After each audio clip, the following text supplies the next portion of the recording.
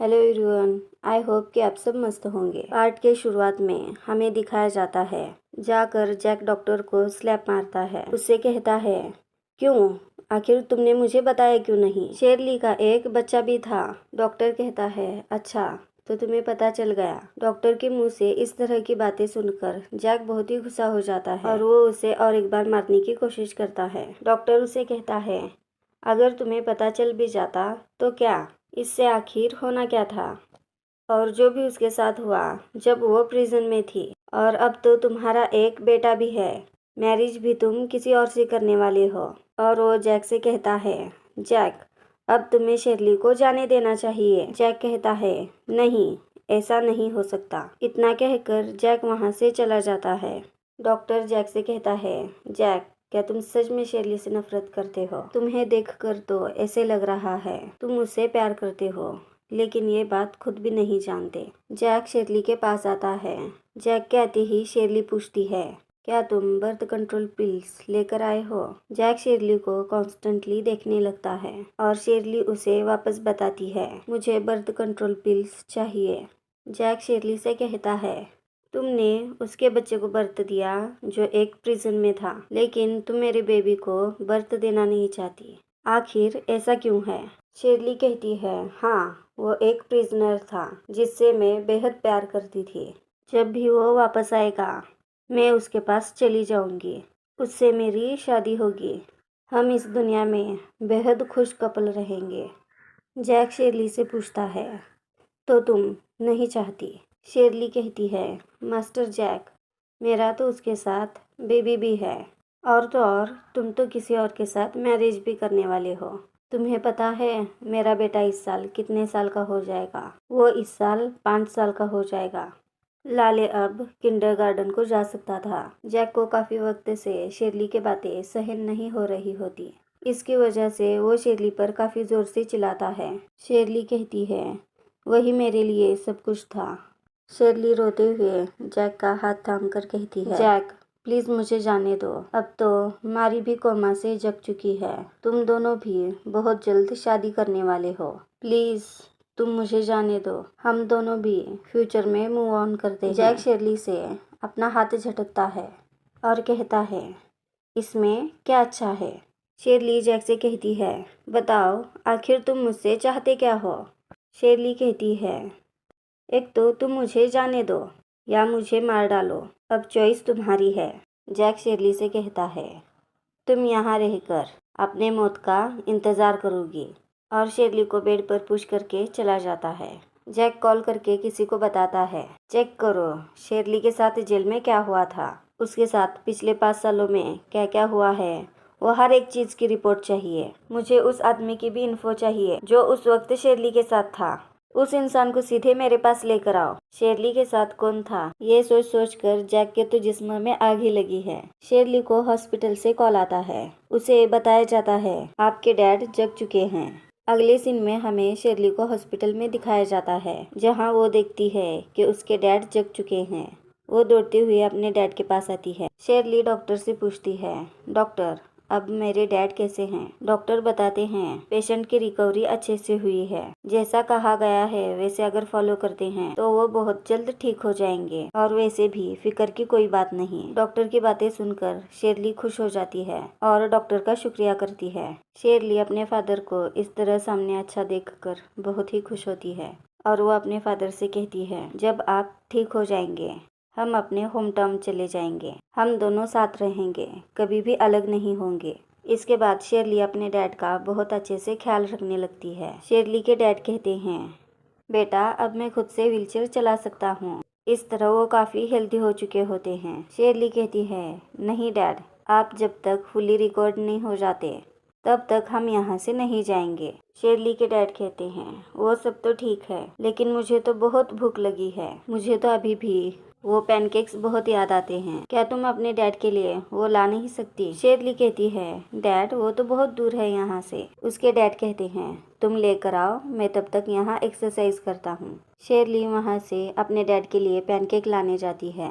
इस वक्त हमें शेरली के स्टेप सिस्टर को दिखाया जाता है। शेरली के डैड वहाँ से खुद से जा रहे होते हैं, लेकिन शेरली की बहन उन्हें स्टेयर्स की तरफ लेकर आती है।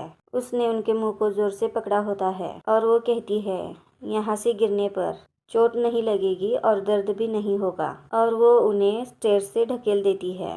इस ड्रामे में दिखाया गया है शेरली अडॉप्टेड डॉटर होती है, लेकिन रियल में शेरली उनकी रियल बेटी होती है और ये जो लड़की है ये अडॉप्टेड होती है।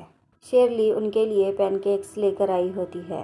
शेरली देखती है कि उसके डैड यहाँ नहीं दिख रहे। वो सोचती है अगर उसके डैड यहाँ नहीं है तो वो ज़रूर अपने रूम में गए होंगे, इसलिए वो डैड को देखने के लिए अपने रूम चली जाती है। वो रूम में आकर देखती है तो उसके पैरों के नीचे से ज़मीन खिसक जाती है और अपने डैड के लिए लाया हुआ पैनकेक वहीं गिर जाता है। शेरली कपकपाते हुए थोड़ा आगे आती है और वो कपड़े को हटाकर देखती है। वो शेरली के फादर होते हैं। वो अपने डैड को इस तरह देखकर बेहद कंफ्यूज हो जाती है। उसे अचानक ऐसे देखकर कुछ भी समझ में नहीं आ रहा होता। वो कहती है, क्या हुआ है डैड को? अभी तो डैड बिल्कुल सही थे। वो अपने सेंसेस में नहीं होती और डैड को अपने जगाने लगती है। उनसे कहती है, डैड आपने तो कहा था कि हम घर जाएंगे, फिर आप ऐसे क्यों सो रहे हैं? उठो। ये कहकर वो अपने डैड को जगाने लगती है। वो इतना रोती है, इस चीज़ को एक्सप्लेन करना सच में बहुत डिफ़िकल्ट है। थैंकफुली उस वक्त जैक आता है और वो शेरली को संभालने लगता है। शेरली जैक से पूछने लगती है, बताओ ऐसा क्यों हुआ? मुझे मॉम भी छोड़कर चली गई और अब डैड भी चले गए। कल तुम पूछ रहे थे ना लाले कहाँ है, मैंने तो उसे देखा भी नहीं है और वो चल बसा। मैं मेरी लाइफ में किसी को भी प्रोटेक्ट नहीं कर पाई। शेरली को इस बात की बहुत ही तकलीफ हो रही होती है और वो ये सब कहते हुए फेंट हो जाती है। जैक शेरली को अपने घर लेकर आता है और अपने आदमी से कहता है कि इन्वेस्टिगेट करो शेरली के डैड के साथ आखिर क्या हुआ था। जैक शेरली को अपना ख्याल रखने के लिए कहकर वहाँ से चला जाता है और हम देखते हैं कि शेरली के आंखों में आंसू होते हैं। जैक मेड से शेरली के बारे में पूछता है। मेड बताती है वो जग चुकी है, लेकिन अब तक उसने कुछ भी नहीं खाया है। जैक मेड को डिनर बनाने के लिए कहता है। जैक आकर देखता है तो वहाँ शेरली नहीं होती। वो देखता है कि शेरली बाथटब में है। वो भागकर शेरली के पास जाता है।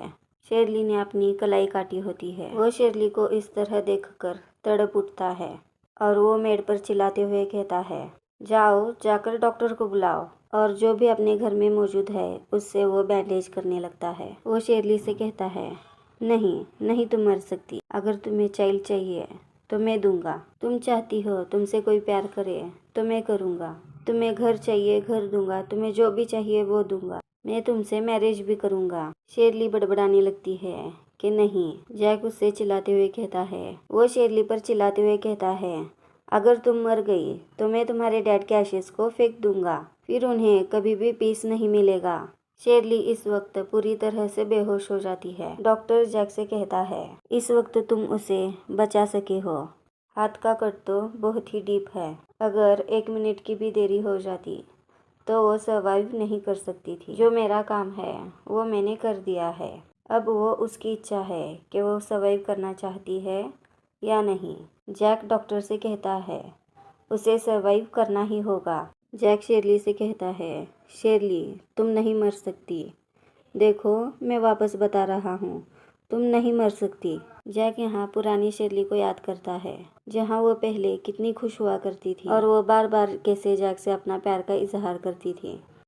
इस वक्त के शेरली से जैक कहता है, तुम मुझसे कितना प्यार करती थी। तुम्हें मुझे हासिल करना बाकी है। और बताओ तो तुम कैसे मर सकती हो? तुम जब जग जाओगी तब हम शादी करेंगे। हम दोनों हमेशा के लिए साथ रहेंगे। वो ये सब कहकर बहुत ही रोने लगता है। जैक का असिस्टेंट उससे मिलने आता है। जैक उससे पूछता है, क्या तुम्हें पता चला शेरली के फादर के मौत के पीछे किसका हाथ है? असिस्टेंट कहता है, नहीं। जैक शेरली के लवर के बारे में पूछता है, क्या तुम्हें उसके बारे में कुछ पता चला? असिस्टेंट उसे मना करता है। जैक उसे कहता है, ठीक है, वो अगर मिल जाए तो तुम उसे मेरे पास लाना। इसके बाद सीन शिफ्ट होता है जहाँ जैक शेरली का ख्याल रख रहा होता है। वो शेरली से कहता है, शेरली तुम 2 दिन से सो रही हो। इस वक्त जैक शेरली से बेहद प्यार से किस करता है। वो शेरली से कहता है, शेरली तुम कब उठोगी? मैं ही हूँ जो कि गलत है, और अब जाकर मैंने नोटिस किया है मैं तो तुम्हें बहुत पहले से ही लाइक करता हूँ। मैं कुछ देर के लिए ब्लाइंड हो गया था। प्लीज़ तुम मुझे एक चांस दे दो। तुम उठ जाओ और मुझे भी तुम्हें प्यार करने का एक मौका दो। जैक के किसी भी बातों का शेरली पर कोई असर नहीं होता। जैक का असिस्टेंट वहाँ दौड़ते हुए आता है। वो जैक को बताता है, हमें पता चला है याले की मॉम शेरली है। शेरली के बेबी को ग्रैंडफादर लेकर आए थे। याले तो जेल में पैदा हुआ था। जैक अपने असिस्टेंट से पूछता है। असिस्टेंट कहता है, हाँ, शेरली ही लिटिल मास्टर की मदर है। जैक इस बात से बहुत ही खुश हो जाता है। वो कहता है, याले को यहाँ इमीडिएटली लेकर आओ और डीएनए टेस्ट कराओ। मैं इस वक्त कोई भी गलती नहीं करना चाहता। जैक शेरली से कहता है, क्या तुमने सुना? याले तुम्हारा और मेरा बेटा है। शेरली, हमारा अब एक चाइल्ड है। तुम्हारा लाले जिंदा है। वो यहाँ अच्छी लाइफ गुजार रहा है। उठ जाओ, अब तो तुम उसे देख सकती हो। इस वक्त शेरली की बॉडी कुछ भी मूवमेंट नहीं करती। वहाँ इमीडिएटली याले को लाया जाता है। याले अपने मामा को देखकर कहता है, यही तो प्रीति आंटी है। और वो शेरली को मम्मी मम्मी कहकर पुकारने लगता है। जैक याले को समझाता है, बेटा मॉम इंजर्ड है और वो सो रही है, लेकिन हमको उसे जगाना है। याले अपनी मॉम को इस कंडीशन में देखकर रोने लगता है और अपनी मॉम को कहता है, फाइनली मैंने आपको तलाश लिया है। आप प्लीज़ जल्दी से उठ जाइए, रात हो जाती है। याले मॉम से कहने लगता है, मॉम पता है मैं आपको पहले से पसंद करता हूँ और मुझे डैड बता रहे थे कि आप भी मुझे बहुत मिस करती हैं। जैक शेरली के लिए सूप लाया होता है। याले अपने डैड से कहता है, मॉम अभी तक उठी नहीं है। जैक कहता है, जाओ तुम जाकर बात लो, मुझे तुम्हारी मॉम को फीड कराना है। जैक शेरली से कहता है, क्या तुम मेरे हाथ से खाना पसंद करोगी? उस वक्त जैक शेरली की बहुत टेक केयर करता है। शेरली का हाथ पकड़ के कहने लगता है, शेरली आज को 5 दिन हो चुके हैं, अब तक तुम जगी नहीं। जब भी तुम्हारी जाग हो जाएगी तुम मुझे बहुत मारना और मुझ पर गुस्सा भी करना। ये सब कहते हुए वो बहुत ही रोने लगता है। ग्रैंडपा याले और शेरली के डीएनए रिपोर्ट्स को देखते हैं और जैक से पूछते हैं, अच्छा तो याले शेरली और तुम्हारा बेटा है, तो तुमने इसके बारे में क्या सोचा है? जैक ग्रैंडपा से कहता है, मैं उससे मैरिज करना चाहता हूँ। मैं कल प्रेस कॉन्फ्रेंस कंडक्ट करके मेरे और शेरली के मैरिज को अनाउंस करूँगा और मैं याले और शेरली के रिलेशनशिप को भी बताऊँगा। आगे जाकर याले ही लॉन्ग फैमिली का हायर बनेगा। ग्रैंडपा जैक से पूछते हैं, वो लड़की तो तुमसे तब से प्यार करती है जब वो किड थी। चलो फाइनली तुम दोनों साथ हो जाओगे। वो कहते हैं, तकदीर भी क्या चीज़ है, और काफ़ी सारा हंसने लगते हैं। वो जैक को डॉक्यूमेंट्स देते हैं और कहते हैं, ये प्रॉपर्टीज़ के डॉक्यूमेंट्स हैं जो शेरली के लिए हैं। इसमें फॉरेन प्रॉपर्टीज़ भी इंक्लूड है और वो शेरली को लॉन्ग ग्रुप के यंग लेडी के रूप में एक्सेप्ट करते हैं और वो जैक को शेरली का ख्याल रखने के लिए कहते हैं। सीन शिफ्ट होता है और हमें मारी को दिखाया जाता है। उसे कोई कॉल पर बताता है शेरली और याले का डीएनए मैच हो चुका है, जिसे सुनकर मारी के पैरों के नीचे से जमीन ही खिसक जाती है। वो अपने मॉम से कहती है, मॉम क्या आपने सुना? शेरली उस याले की मॉम है। और वो यहाँ बहुत गुस्सा हो जाती है। वो अपने मॉम से कहती है, मुझे लगा ही था कि ये शेरली है। आप देखना मॉम, मैं उसे छोड़ूंगी नहीं, मैं उसे मार डालूंगी। मारी इतना गुस्सा होती है कि वो शेरली को मारने के लिए जाने लगती है। उस वक्त मारी को उसकी मॉम रोकने लगती है और उसे कहती है, तुम शांत हो जाओ। मारी कहती है, मम्मा आप मुझे शांत होने के लिए कैसे कह सकती हैं? क्या आप चाहती हैं मैं शेरली और जैक को ऐसे साथ में देखती रहूं? मारी की मॉम मारी से कहती है, तुम इन सब चीज़ों में बहुत जल्दी मत करो, और उसकी मामू से यकीन दिलाती है कि वो कुछ ऐसा होने नहीं देगी। उन दोनों की बातें चल रही होती है। उस वक्त जैक का असिस्टेंट आ जाता है। वो मारी से कहता है, आपको हमारे साथ आना होगा। शेरली की मॉम कहती है, तुम्हें पता भी है तुम किससे बात कर रहे हो? मारी कहती है, मैं फ्यूचर की लॉन्ग फैमिली की लेडी हूँ और तुम यहाँ मुझसे इस तरह पेश आ रहे हो। जैक का असिस्टेंट कहता है, आप नहीं, शेरली मैडम यंग लेडी होंगी। आपको पता है आपने पास्ट में कितने गुनाह किए हैं। असिस्टेंट अपने आदमियों से ऑर्डर देता है, मारी को पकड़ा जाए। वो लोग मारी को पकड़कर वहाँ से लेकर जाते हैं। मारी की मॉम किसी से कॉल पर बात कर रही होती है। वो इंसान मारी की मॉम को कुछ करने के लिए ऑर्डर देता है। मारी की मॉम मारी को वॉइस SMS सेंड करती है जहाँ वो कहती है, मारी मैं तुम्हारी मॉम हूँ। और इस सीन को यहीं कट कर दिया जाता है। सीन शिफ्ट होता है और मारी की मॉम ग्रैंडपा के पास आती है। वो ग्रैंडपा के पैर पकड़ने लगती है। ग्रैंडपा कहते हैं, बताओ आखिर क्या हुआ है। मारी की मॉम बहुत रोते हुए कहती है, ग्रैंडपा आप प्लीज मारी को बचा लीजिए। मारी भी जैक की बचपन की सहेली है और वो ग्रैंडपा से रिक्वेस्ट करने लगती है कि मारी को बचाया जाए, लेकिन कोई उस वक्त ग्रैंडपा को मारना चाहता था। वो इंसान शूट करता है तो एक बॉडीगार्ड आगे आकर ग्रैंडपा को बचा लेता है और वो गोली उस बॉडीगार्ड को लग जाती है। वो लोग ग्रैंडपा को बचाकर ले जाने लगते हैं तो उस वक्त और एक बॉडीगार्ड मारा जाता है।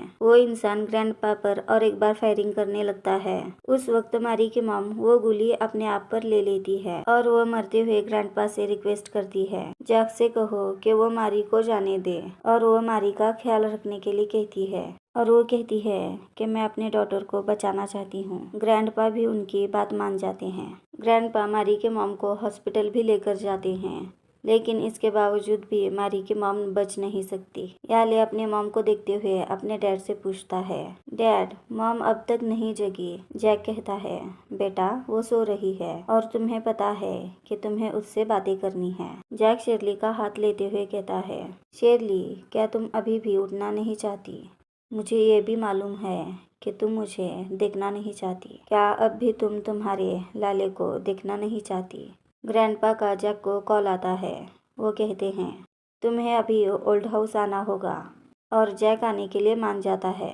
जैक याले से कहता है, ग्रैंडपा ने कॉल किया था, वो मुझे बुला रहे हैं, लेकिन तुम्हें यहाँ रहकर मॉम का ख्याल रखना होगा। इस बात को याले भी मान जाता है। हम देख पाते हैं जैक के जाने के बाद शेरली के फिंगर्स हिलते हैं। जैक ग्रैंडपा के पास जाकर पूछता है, आप ठीक तो हैं?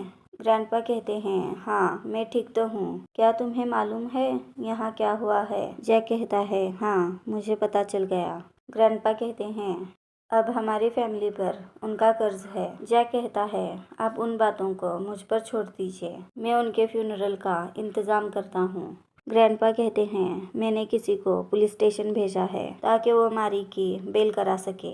उसके आने के बाद मैं उसे ग्रैंड डॉटर कंसीडर करूँगा। इस तरह तुम और मारिए भाई बहन हो जाओगे। जैक ग्रैंडपा से कहता है, आप ये क्या कह रहे हैं? ग्रैंडपा कहते हैं, तुम दोनों हस्बैंड वाइफ नहीं बन सकते, तो फिर ब्रदर सिस्टर बनने में क्या प्रॉब्लम है? ये मेरा उसके फैमिली से रिगार्ड है। ग्रैंडपा आपको पता है कि उसने क्या किया है? वो 5 साल पहले मेरे साथ सो चुकी है। इसकी वजह से मुझे उसके साथ एंगेजमेंट करनी पड़ी थी। और तो और उसने खुद के फायदे के लिए शेरली को इतना नुकसान पहुंचाया है। वो तो एक मर्डरर है और फिर भी आप उसे प्रोटेक्ट करना चाहते हैं। ग्रैंडपा कहते हैं, उसकी काउंटलेस बातें नेगेटिव है, लेकिन उन्होंने अपनी जान देकर हमारी फैमिली की मदद की है और हम इस चीज को भुला नहीं सकते। मुझे कुछ देर के अंदर ही मारी मेरे सामने चाहिए। अगर वो तुम्हें पसंद नहीं है तुम चाहे तो उसे अवॉइड कर सकते हो। इसके बाद हमें मारी को ग्रैंडपा के सामने दिखाया जाता है। ग्रैंडपा मारी को सामने देखकर खुश हो जाते हैं, लेकिन जैक को मारी का आना अच्छा नहीं लगता और वो वहां से जाने लगता है। ग्रैंडपा जैक को चिल्लाते हुए रोकते हैं। मारी अच्छा बनते हुए जैक के पास जाती है और उससे अच्छा बनते हुए बातें करने की कोशिश करती है। इस तरह उसका जैक को क्लोज होना अच्छा नहीं लगता और वो उसका हाथ झटक देता है और मारी से कहता है, तुम्हारे मॉम का अभी अभी इंतकाल हुआ है। ये कहकर जैक वहाँ से चला जाता है। मारी को अपने मॉम के बारे में पता नहीं होता और वो ग्रैंडपा से पूछने लगती है, ये जैक मुझसे अभी भी क्या कह रहा था? ग्रैंडपा मारी से कहते हैं, बेटा मैं तुम्हारे लिए सॉरी हूँ। मारी के एक्सप्रेशन चेंज हो जाते हैं। जैक वापस आकर अपने असिस्टेंट से मिलता है और कहता है, मुझे इस मैटर की पूरी जानकारी चाहिए और तुम मुझे इस बात को रिपोर्ट करोगे। उस वक्त याले का आवाज आता है, मॉम जग गई। फिर क्या था? जैक दौड़ते हुए शेरली के पास जाता है और शेरली से कहता है, शेरली फाइनली तुम उठ गई, तुम्हारा लाले ही याले है। शेरली जैक से पूछती है, ये कैसे हो सकता है? याले शेरली को कैंडीज देता है। वही सेम कैंडीज शेरली की भी बचपन में फेवरेट होती है। ये देखकर शेरली बहुत इमोशनल हो जाती है। शेरली याले को लाली की तरह प्यार करने ही लगती है, लेकिन वो रुक जाती है और जैक से कहती है, लाले तो मर चुका है। फिर बताओ तुम उसके फादर को क्यों तलाश रहे हो? जैक कहता है, नहीं नहीं, लाले ही याले है। तुमने 5 साल पहले याले को जेल में बरत दिया। ग्रैंडपा वहाँ से याले को लेकर आए। याले मरा नहीं है, उसे सिर्फ घर लाया गया। शेरली को फिर भी यकीन नहीं हो रहा होता। फिर जैक शेरली को डीएनए रिपोर्ट्स दिखाता है। जैक कहता है, अगर तुम्हें यकीन नहीं हो रहा तो तुम डीएनए टेस्ट देख लो। शेरली जब डीएनए रिपोर्ट्स देखती है तब उसे यकीन हो जाता है और वो फूट फूट कर रोने लगती है। शेरली को रोता हुआ देखकर याले को अच्छा नहीं लगता। वो अपने मॉम से कहता है, मॉम, अब याले आपके साथ हमेशा रहेगा। शेरली अपने बेटे को सामने देखकर उसे अपने गले से लगाकर बहुत रोती है। इसके बाद सुबह का सीन दिखाया जाता है जहाँ याले सोया होता है। जैक शेरली से आकर पूछता है, अच्छा तो क्या तुम उठ गई? शेरली जैक को क्लियर करते हुए कहती है, अगर याले जिंदा है फिर भी मैं तुम्हें माफ़ नहीं कर सकती। अगर तुम मुझे याले का नाम लेकर भी डराना चाहो तो भी मैं तुम्हें माफ़ नहीं कर सकती। जैक कहता है, नहीं, मैं तुम्हें नहीं डराऊंगा और तो और मैं तुम्हें वापस हर्ट भी नहीं करूंगा। वो शेरली को समझाते हुए कहता है, शेरली, अच्छा होगा अगर हम मैरिज कर ले। शेरली उससे पूछती है, क्या कहा तुमने? और वो उसका हाथ झटकते हुए मना करती है और वो वहाँ से चली जाती है। मारी खुद से बड़बड़ाते हुए बैठी होती है। शेरली, ये सब तुम्हारी वजह से हुआ है। मेरी मॉम की मौत तुम्हारी वजह से हुई है। तुम देखना, मैं तुम्हें जाने नहीं दूंगी। उस वक्त शेरली मारी के सामने अपेयर हो जाती है। मारी शेरली को देखकर घबराने लगती है। मारी शेरली से पूछती है, शेरली, तुम यहाँ क्या कर रही हो? शेरली ने अपने हाथों में नाइफ लेकर आई होती है ताकि वो मारी को मार सके और शेरली नाइफ से मारी पर अटैक करने लगती है। शेरली का नाइफ मारी के फेस को लगता है और शेरली उसे बताने लगती है, तुम्हारी वजह से मुझे 5 साल जेल में बिताने पड़े हैं। उसके बाद तुमने मेरे फादर को मार डाला। आज मैं तुमसे मेरा सारा हिसाब चुकता करती हूँ। आज शेरली मारी को मारने ही वाली होती है। उस वक्त उसे कोई रोक लेता है। शेरली को रोकने वाला जैक होता है। जैक मारी से कहता है, तुम्हें नाइफ को नीचे रखना चाहिए और कहता है, मुझ पर यकीन रखो, उसे पनिशमेंट मिल जाएगी। शेरली मारी को वापस मारने की ट्राई करती है। तब जैक रोकता है और कहता है, तुम इसे मारकर अपने हाथ को गंदा नहीं कर सकती। अब तो तुम्हारे पास याले भी है जो कि घर पे तुम्हारा इंतजार कर रहा है। उस वक्त मारी शेरली को पीछे की तरफ ढकेलती है। जैक जाकर शेरली को होल्ड करता है। मारी शेरली को अटैक करने के लिए आती है। उस वक्त जैक शेरली को बचाते हुए मारी को लात मारकर पीछे कर देता है। जैक पुलिस को बुलाने के लिए कहता है। मारी ग्रैंडपा के पैरों में पड़ जाती है और कहने लगती है, मेरे मॉम ने आपको बचाया था तो आप भी मुझे बचाइए। ग्रैंडपा मारी को उसके मॉम का फ़ोन दिखाते हुए कहते हैं, ये तुम्हारे मॉम का फ़ोन है, तुम्हारे लिए इसमें तुम्हारे मॉम के लास्ट वर्ड्स है। और ग्रैंडपा उसके मॉम के ऑडियो को स्टार्ट करते हैं। इसमें मारी की मॉम बताती है, बेटा, मैं तुम्हारी मॉम बात कर रही हूँ। हम लोगों ने बहुत ही गलत काम किए हैं। जो भी हुआ उसे भुलाने का कहकर अच्छे से लाइफ जीने का कहती है। इस रिकॉर्डिंग के दौरान जैक को पता चलता है मारी का 5 साल पहले जो एक्सीडेंट हुआ था उसमें शेरली के स्टेप सिस्टर का हाथ था और उस वक्त इस तरह शेरली को फ्रेम किया गया। ग्रैंडपा कहते हैं, इतना होने के बाद मैं बहुत सस्पिशियस था कि मुझे मारना कौन चाहता है और मैं उसके मॉम के रिकॉर्डिंग्स को चेक करने लगा। उसमें मुझे पता चला ये सारा सेटअप उनके मॉम ने किया था ताकि मुझे बचाने में वो मारी को बचाने का प्रॉमिस ले सके। उस स्नाइपर को थोड़ा टॉर्चर करने के बाद उसने भी सब कुछ कन्फेस कर लिया। जैक अपने आदमियों को ऑर्डर देता है, मारी को यहाँ से लेकर जाओ। जैक शेरली से माफ़ी मांगते हुए कहता है, 5 साल पहले एक्सीडेंट के केस में जो कुछ भी हुआ मैं उसके लिए माफ़ी मांगता हूँ। ग्रैंडपा शेरली से कहते हैं, तुम जब यहाँ नहीं थी याले तुम्हें बहुत मिस करता था। अगर कुछ तुम्हारे पास टाइम है तो प्लीज़ तुम याले के साथ स्पेंड करो। शेरली कुछ बिना कहे जैक से अपना हाथ छुड़ा कर जाती है। अगले सीन में शेरली को याले के पास दिखाया जाता है। याले अपने मॉम से कहने लगता है, मम्मी, मैं कब से आपका यहाँ इंतज़ार कर रहा हूँ। शेरली याले से कहती है, क्या तुम मम्मा के साथ रहना पसंद करोगे? याले पूछता है, मम्मा, लेकिन हम कहाँ रहने वाले हैं जहाँ सिर्फ हम दोनों होंगे। और याले खुशी खुशी मान जाता है। शेरली जब याले को लेकर जाने लगती है उस वक्त वहाँ जैक आता है और कहने लगता है, लेकिन मैं इसके लिए अग्री नहीं हूँ। जैक शेरली से पूछता है, क्या तुम जाना चाहती हो? तुम नहीं जा सकती जब तक मैं मर नहीं जाता। मुझे मालूम है मैंने तुम्हें पास्ट में हर्ट किया है। क्या फिर भी तुम मुझे एक चांस नहीं दे सकती? मुझे प्लीज तुम्हारे साथ रहने का एक मौका दो ताकि मैं रेस्ट ऑफ लाइफ में तुम्हें कॉम्पनसेट कर सकूं। जैक शेरली को वेडिंग रिंग के साथ प्रपोज करता है और शेरली से अपने प्यार का इजहार भी करता है। जैक कहता है, अगर हमारे लिए नहीं तो याली के लिए सही, तुम हमारे रिश्ते को एक्सेप्ट करो। शेरली कहती है, अब मैं तुमसे प्यार नहीं करती और मैं तुम्हें कभी भी भुला नहीं सकती। शेरली कहती है, आज के बाद हम एक दूसरे को नहीं देखेंगे। शेरली याले को लेकर वहाँ से चली जाती है और जैक रोता हुआ वहीं रह जाता है। इन सब के बाद शेरली फाइनली अपने बेटे के साथ बहुत खुश होती है। ये ड्रामा यहीं ख़त्म होता है। एंड में शेरली अपने बच्चे के साथ बहुत खुश है। अब मालूम नहीं जैक का क्या होगा। आई होप याले के जरिए शेरली और जैक वापस नज़दीक आ जाए। इस नोट के साथ मैं मेरी एक्सप्लेनेशन ख़त्म करती हूँ। आई होप कि आपको मेरी एक्सप्लेनेशन पसंद आए। एक्सप्लेनेशन पसंद हो तो लाइक करेगा, चैनल को सब्सक्राइब करेगा। Bye bye, take care.